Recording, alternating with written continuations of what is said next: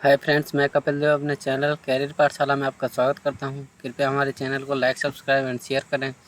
साथ ही साथ bell icon को दबाएं, जिससे हमारे आने वाले वीडियोज़ का नोटिफिकेशन आपको मिलता रहेगा। देखिए, इससे पहले मैंने आपको नाउन की थ्योरी और उसके क्वेश्चन ख़त्म करवा दिए। उसके बाद में आइडेंटिफिकेशन बताया था सेंटेंस, फ्रेज एंड क्लॉजेज का। उसके बाद में इसका एक पार्ट SVA का भी पढ़ाया है। तो सबसे पहले उन सभी पार्ट्स को देखें। उसके बाद में ये जो नेक्स्ट रूल है, रूल नंबर 10, इसको पढ़ना स्टार्ट करें। आइए चलते हैं अपने रूल नंबर 10 की ओर। क्या कहता है ये? When dare and need are used as modal in negative and interrogative, these are used in plural form only. देखिए, जब डेयर और जो नीड होते हैं, ये हमारे एज अ मॉडल भी यूज होते हैं, मॉडल की तरह भी यूज होते हैं, और ये एज अ मेन वर्ब भी यूज होते हैं। तो जब ये एज अ मॉडल यूज होते हैं, मॉडल की तरह जब यूज होते हैं, ये सिर्फ और सिर्फ या तो नेगेटिव सेंटेंस में यूज होते हैं या फिर इंटेरोगेटिव सेंटेंस में यूज होते हैं। और इनके साथ जो फॉर्म यूज की जाती है वो प्लूरल फॉर्म यूज की जाती है। तो नेक्स्ट चलते हैं। क्या कहता है? As a main verb these verbs use to infinitive. देखिए, जब ये नीड और जो डेयर है as a main verb use होते हैं, तब ये टू इन्फिनेटिव का यूज करते हैं। इनके साथ जो वर्ब होती है टू इन्फिनेट वर्ब होती है। देखिए, अगर हम किसी भी वर्ब के साथ में टू का यूज कर दें तो वो टू इन्फिनेटिव बोला जाता है।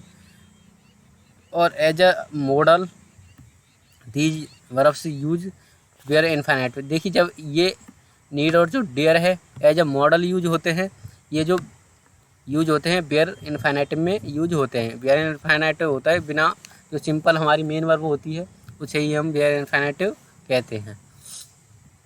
इन्फिनेटिव विदाउट टू,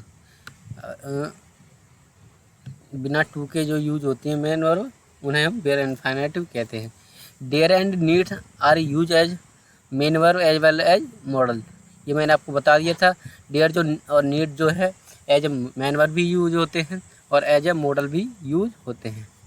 देखिए, इन अफर्मेटिव, अगर अफर्मेटिव की बात की जाए, ये सिर्फ और सिर्फ अफर्मेटिव जो सेंटेंस होता है उसमें मेन वर्ब की तरह यूज होते हैं।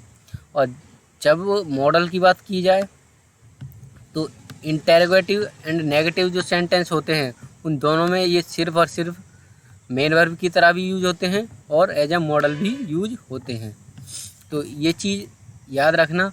अगर अफर्मेटिव सेंटेंस है तो सिर्फ और सिर्फ ये as a main verb use होते हैं, जो डेयर और नीड है।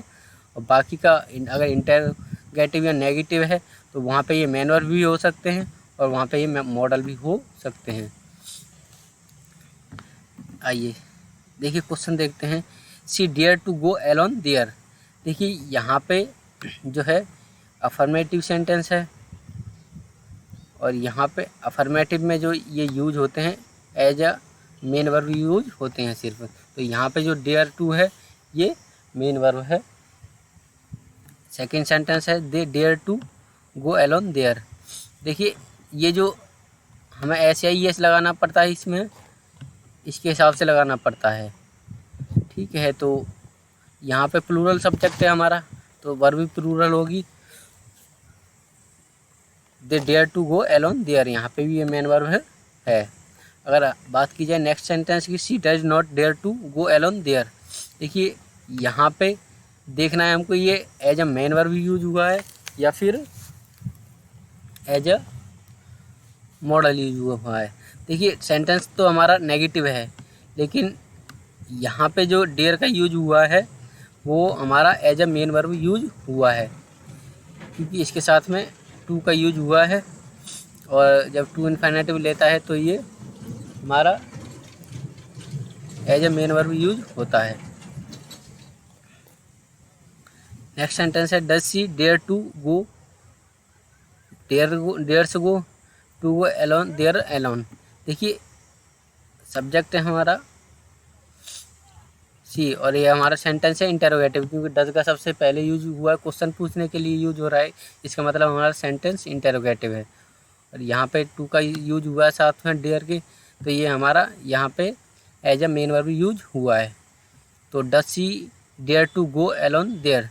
देखिए, यहाँ पे टू का यूज नहीं हुआ है यहाँ पे डेयर का यूज नहीं हुआ है, तो ये दोनों हमारे हो जाएंगे गलत। ये और ये जो सही होगा हमारा ये वाला होगा। तो सेंटेंस हो जाए does she dare to go there alone. देखिए यहाँ पे देखते हैं next sentence, dare she go there alone. देखिए ये हुआ तो एज अ इंटेरोगेटिव है, और इंटेरोगेटिव में ये एज अ मॉडल और एज अ मेन वर्ब दोनों यूज हो जाता है। तो यहाँ पे इसके साथ में टू इन्फिनेटिव का यूज नहीं किया गया है, टू का यूज नहीं किया गया है, इसका मतलब ये हमारा एज अ मॉडल यूज हुआ है। नेक्स्ट है हाउ डेयर। देखिए यहाँ पे भी एक चेतावनी दे रहा है, ये dare she go there Elon.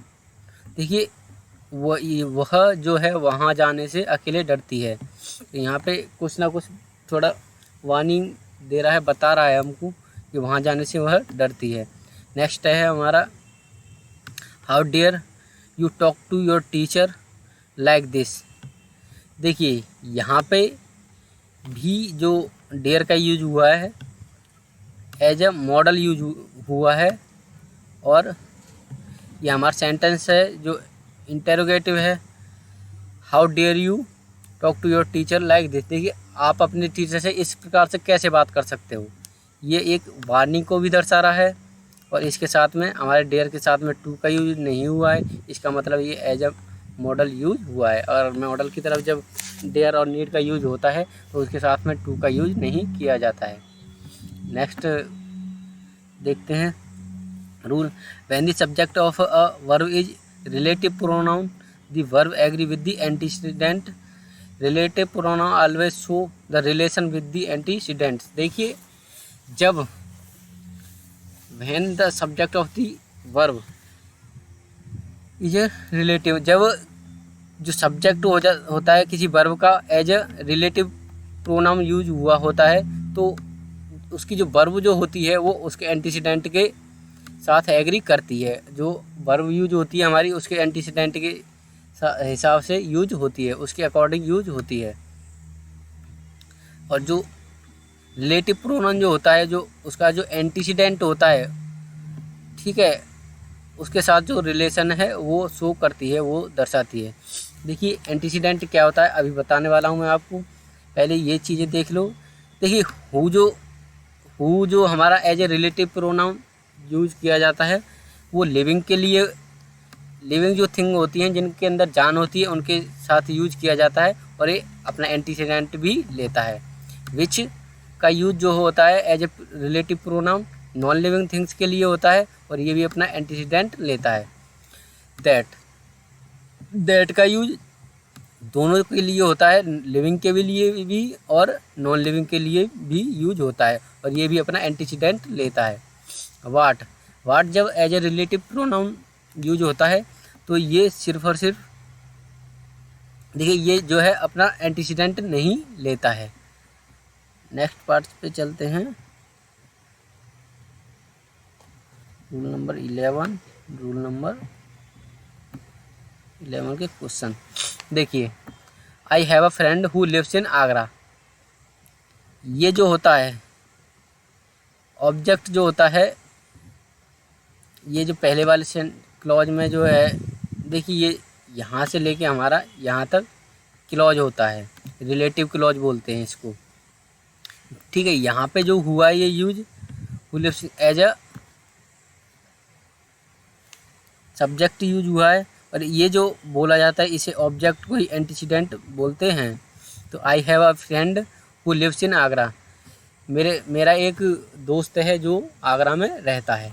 तो ये जो वर्ब जो होती है हमारी जो रिलेटिव क्लॉज की, ये जो हमारा एंटीसीडेंट दिया होता है इसके हिसाब से यूज होती है, इसके अकॉर्डिंग यूज होती है। यहाँ पे हमारा जो फ्रेंड है वो सिंगुलर वर्ब है, सिंगुलर सब्जेक्ट है, तो इसके साथ में वर्ब जो है सिंगुलर यूज हुई है, वो लिव इन आगरा। अगर देखिए ये जो सेंटेंस है हमारा ये रिलेटिव क्लॉज माना जाता है, यहाँ से यहाँ तक ये रिलेटिव प्रोनाउन है। हु जो है यहाँ पे, अगर हु लिव इन आगरा, अगर इसकी बात की जाए हु की यहाँ पे, तो ये हमारा इंटेरोगेटिव प्रोनाउन है। देखिए यहाँ पे हु है, ये रिलेटिव प्रोनाउन है। यहाँ पे विच जो है ये भी रिलेटिव प्रोनाउन है। यहाँ पे हु और विच जो हैं ये इंटेरोगेटिव प्रोनाउन हैं। ये जो हमारे यूज किए जाते हैं यहाँ पे क्वेश्चन पूछने के लिए यूज किए जाते हैं, लेकिन यहाँ पे जो है ये संबंध दर्शाने के लिए यूज किए जाते हैं। तो विच इज़ योर हाउस, तुम्हारा कौन सा घर है। तो यहाँ पे ये जो यूज हुए हु और विच क्वेश्चन पूछने के लिए यूज हुए हैं। जबकि यहाँ पे देखिए मैंने इसका भी बताया था, विच जो है अपना एंटीसीडेंट लेता है। तो ये जो वर्ब यूज हुई है इज, ये वॉच के अकॉर्डिंग यूज होगी। आई have a watch which is expensive, मेरे पास एक घड़ी है वो बहुत महंगी है, वह महंगी है। तो ये जो वर्ब जो होती है हमारी, जो इसका एंटीसीडेंट होता है इसके अकॉर्डिंग यूज होती है। नेक्स्ट है हमारा who which what, also interrogative pronoun you to ask question. देखिए ये हु विच वाट जो होते हैं वो इंटेरोगेटिव प्रोनाउंस होते हैं, मैंने यहाँ पे बताया था अभी आपको, और क्वेश्चन पूछने के लिए यूज होते हैं। जबकि भाई व्हेन वेयर हाउ ये जो होते हैं हमारे एज एडवर्ब भी यूज किए जाते हैं, ये एडवर्ब्स होते हैं। और you to ask the question ये भी क्वेश्चन पूछने के लिए यूज किए जाते हैं। As a relative pronoun you to show the relation with the antecedent, अगर इनका यूज जब एज ए रिलेटिव प्रोनाउन किया जाता है, रिलेटिव प्रोनाउन की तरह जब इनका यूज किया जाता है तो ये अपने एंटीसीडेंट से संबंध दर्शाते हैं। जो एंटीसीडेंट है इससे संबंध दर्शाते हैं।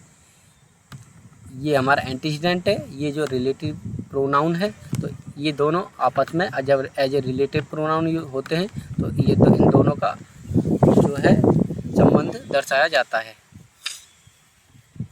नेक्स्ट पार्ट पे चलते हैं। Relative clause always form a clause called relative clause. देखिए रिलेटिव क्लॉज जो होता है वो हमेशा as a form of clause use किया जाता है और इसे हम रिलेटिव क्लॉज कहते हैं। Since a relative clause is always attached to antecedent noun और pronoun, these relative clause is also called an adjective clause. देखिए जो हमारा एंटीसीडेंट होता है रिलेटिव क्लॉज में तो वो हमारा या तो नाउन होगा एंटीसीडेंट जो होता है, या फिर प्रोनाउन होगा। और जो हमारा क्लॉज होता है रिलेटिव क्लॉज उसे हम एडजेक्टिव क्लॉज भी कह सकते हैं। लाइक पर्सनल प्रोनाउन, देखिए पर्सनल जो प्रोनाउंस होते हैं I, me, my, mine, we, us, our, ours, relative pronouns as well as interrogative pronouns.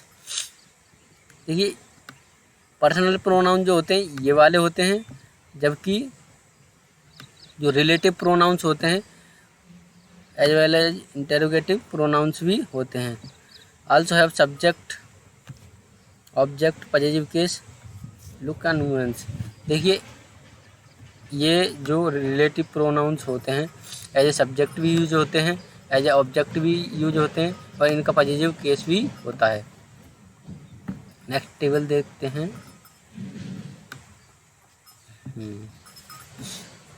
देखिए आई जो है सब्जेक्ट होता है, इसका ऑब्जेक्ट होता है मी। अगर पॉजिटिव एडजेक्टिव की बात की जाए तो इसका माई होता है, और पॉजिटिव प्रोनाउन की बात की जाए तो इसका माइन होता है। पॉजिटिव केस अगर बात की जाए आई का, वो माई का माइन होता है। हु जो है सब्जेक्टिव केस में अगर यूज होता है रिलेटिव प्रोनाउन में, उसका ऑब्जेक्ट हुम होता है। पॉजिटिव एडजेक्टिव हु जो होता है, और पॉजिटिव प्रोनाउन इसका होता नहीं है। और पॉजिटिव केस अगर बात की जाए हुज का, पॉजिटिव केस नहीं होता है। विच का ऑब्जेक्ट जो होता है विच ही होता है, इसका पॉजिटिव एडजेक्टिव कोई नहीं होता है। और पॉजिटिव प्रोनाउन जो होता है इसका ऑफ विच होता है, और इसका पॉजिटिव केस जो होता है ऑफ विच होता है यहाँ पे भी।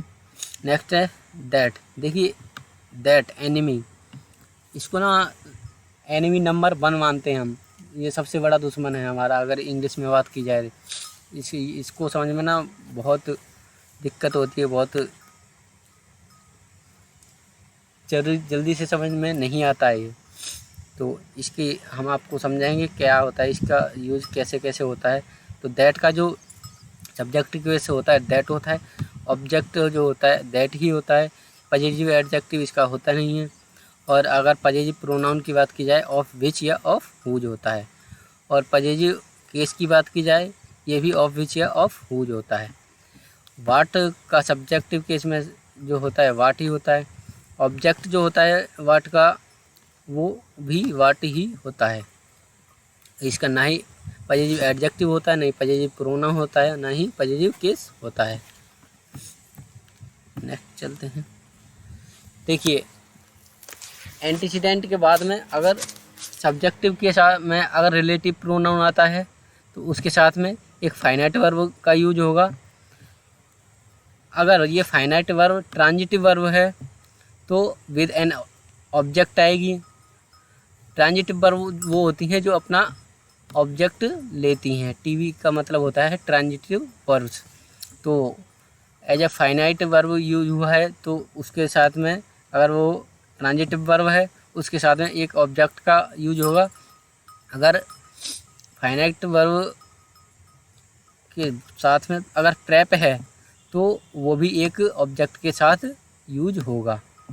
अगर ये सब्जेक्टिव केस में रिलेटिव प्रोनाउन का यूज हुआ है।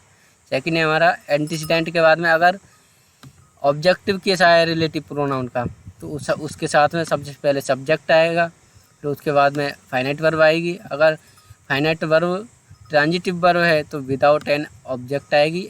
ये देखिए यहाँ पे जो है अगर ऑब्जेक्टिव केस आया है तो सबसे पहले सब्जेक्ट आएगा, फिर फाइनाइट वर्ब आएगी, और उसके साथ में हमको ऑब्जेक्ट का अगर ट्रांजिटिव वर्ब भी है तो उसके साथ में हमको ऑब्जेक्ट का यूज नहीं करना है। और अगर प्रेप के साथ है, प्रेप के साथ भी हमको विदाउट एन ऑब्जेक्ट यूज करना पड़ेगा। अभी इसे समझाऊंगा मैं। नेक्स्ट जो पार्ट है, नेक्स्ट पार्ट जो है उसमें समझा दूंगा क्या होता है कैसे। यहाँ पे सिर्फ देख लीजिए।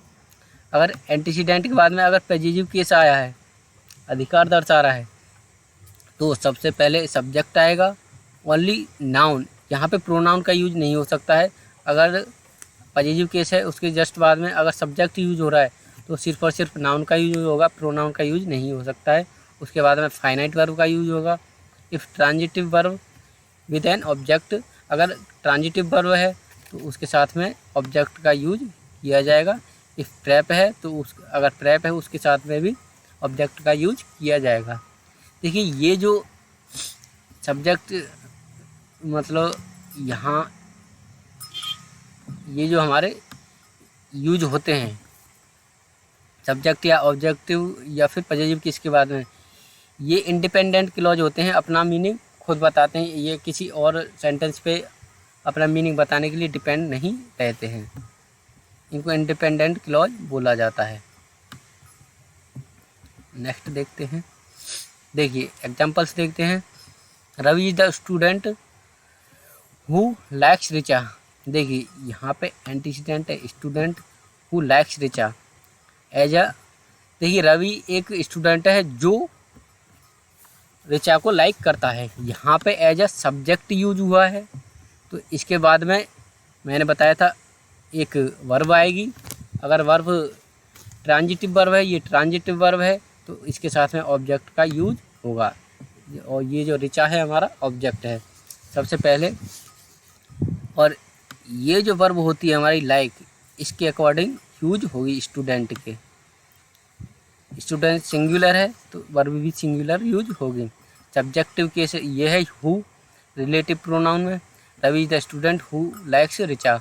रवि एक विद्यार्थी है जो रिचा को लाइक करता है। नेक्स्ट है हमारा Ravi is the student who talks to Richa.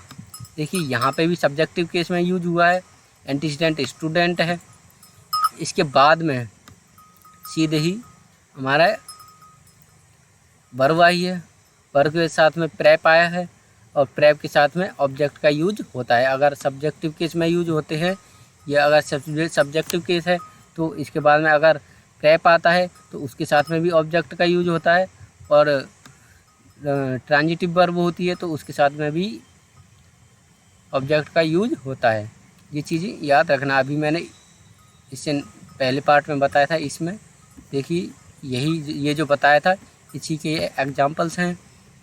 Next है Ravi is the student whom likes Richa. देखिए ये जो है हमारा ऑब्जेक्टिव केस है। ऑब्जेक्टिव केस में सबसे पहले सब्जेक्ट आता है। देखिए ये एंटीसीडेंट है, यहाँ पे ये ऑब्जेक्टिव केस है। रवि एक स्टूडेंट है जिसको रिचा लाइक करती है, तो ये ऑब्जेक्टिव केस है। तो यहाँ पे उसके बाद में एक सब्जेक्ट आएगा, उसके बाद में फाइनाइट वर्ब आएगी, और उसके बाद में हमको न तो ऑब्जेक्ट का यूज करना है, अगर प्रेप भी आए तो, या फिर फाइनाइट वर्ब आए तो भी हमें ऑब्जेक्ट का यूज नहीं करना है। जैसे यहाँ पे प्रेप आया, इसके बाद में भी हमें ऑब्जेक्ट का यूज नहीं करना है। लाइक है, इसके साथ में भी हमको ऑब्जेक्ट का यूज नहीं करना है। यही हमने इससे पहले जो रूल पढ़ा है उसमें बताया। तो रवि इज द स्टूडेंट हुम लाइक्स रिचा। रवि एक विद्यार्थी है जिसको रिचा लाइक करती है। यहाँ पे सब्जेक्ट है, उसके बाद में फाइनाइट वर्ब आई है, और ये ऑब्जेक्टिव केस में यूज हुआ है। Ravi is the student whom Richa talks to.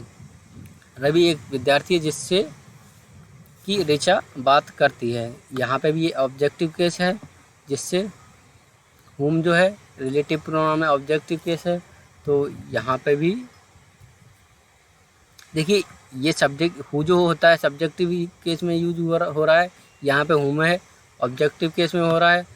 और इसके बाद में Ravi the student whom Richa talks to, यहाँ पे सब मैंने बताया था, अगर ऑब्जेक्टिव केस में यूज होता है तो उसके बाद में सब्जेक्ट आता है, फिर वर्ब आती है, वर्ब के साथ में अगर प्रेप आता है तो उसके साथ में हम ऑब्जेक्ट का यूज नहीं करते हैं। नेक्स्ट है Ravi the student whose mother likes Richa. देखिए रवि एक विद्यार्थी है जिसकी, यहाँ पे पॉजिटिव केस है, जिसका, जिसकी, जिसके, ये जो वर्ड्स होते हैं वो हमारे पॉजिटिव केस में कहलाते हैं। तो यहाँ पर Ravi the student whose mother likes Richa, जिसकी माँ जो है रिचा को लाइक करती है। तो एंटीसीडेंट ये है हमारा, हुज ये है,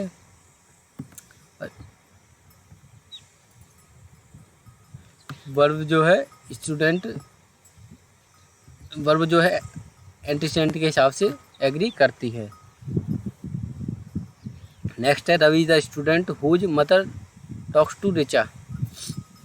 देखिए रवि इज द स्टूडेंट जिसकी माँ जो है रिचा से बात करती है।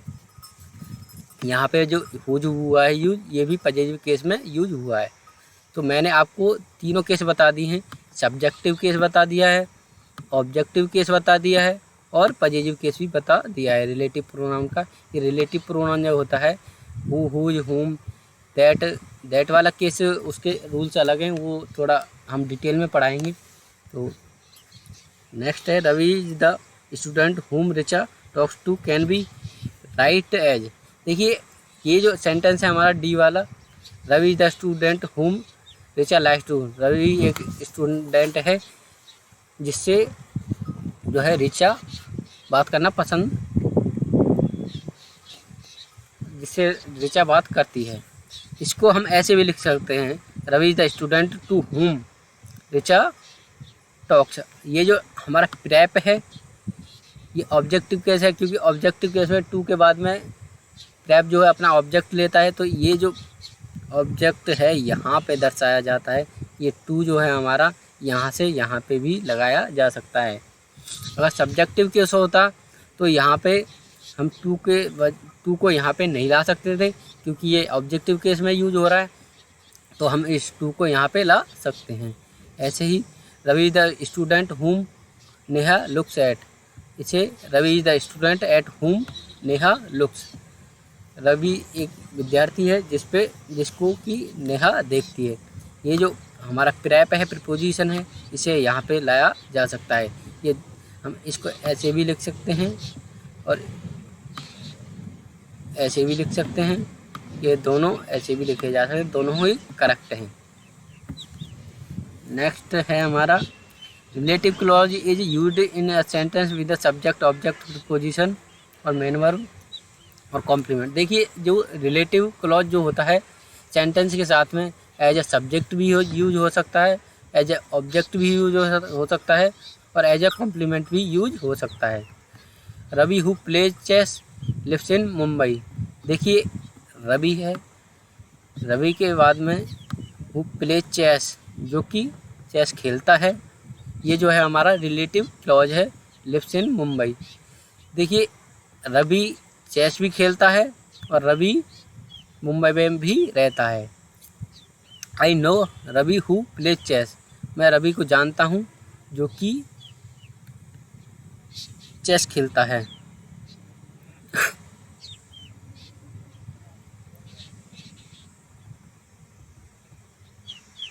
Ravi is the student who lives in Mumbai. यहाँ पे देखिए Ravi is the student who plays chess, यहाँ पे एज अ सब्जेक्ट यूज हुआ है जो रिलेटिव क्लॉज है। यहाँ पे जो यूज हुआ है हु प्लेज चेस, यहाँ पे एज ऑब्जेक्ट यूज हुआ है। और यहाँ पे बात की जाए Ravi is the student who lives in Mumbai, यहाँ पे जो यूज हुआ है relative clause as a complement use हुआ है। ठीक है, यहाँ पे सब्जेक्ट है ये रवि हु प्लेज चेस जो चेस खेलता है मुंबई में रहता है। और यहाँ पे I know Ravi who plays chess, मैं रवि को जानता हूँ जो चेस खेलता है। यहाँ पे ये जो ऑब्जेक्टिव केस में यूज हुआ है, जबकि अगर Ravi is the student who lives in Mumbai, यहाँ पे रवि एक स्टूडेंट है जो, देखिए कॉम्प्लीमेंट का मतलब होता है वो आपको पूरे सेंटेंस का अर्थ पूरा करके देता है। तो अगर हम यहाँ तक बात की जाए रवि इज़ द स्टूडेंट जो, देखिए रवि एक विद्यार्थी है जो क्या करता है क्या नहीं करता है कहाँ रहता है कुछ नहीं पता चलेगा जब तक कि हमें ये सेंटेंस में ये कॉम्प्लीमेंट नहीं लगाना पड़ेगा। तो यहाँ पे who lives in Mumbai, Ravi एक स्टूडेंट है जो मुंबई में रहता है, तो हमारा कॉम्प्लीमेंट ये है, इसी से हमें पता चल रहा है। देखिए नेक्स्ट देखते हैं। If the relative clause is use for the subject the relative clause will end at the finite verb of the subject, however the relative clause has been used for an object और complement it will be end at the sentence. देखिए relative क्लॉज है जो है या तो ख़त्म होता है फाइनाइट वर्ब पे ख़त्म होता है, या फिर जो सब्जेक्ट कॉम्प्लीमेंट होते हैं उस पे ख़त्म होता है। अगर ये एज ए अगर सब्जेक्ट है तो फाइनाइट वर्ब पे ख़त्म होता है, अगर ऑब्जेक्ट या कॉम्प्लीमेंट की तरह यूज हुआ है तो ये जो सेंटेंस का एंड होता है वहाँ पे ख़त्म होता है। थैंक्स फॉर वॉचिंग गाइज, आज के लिए इतना ही काफ़ी है। नेक्स्ट पार्ट जल्दी आने वाला है, बने रहें हमारे साथ। Thank you very much.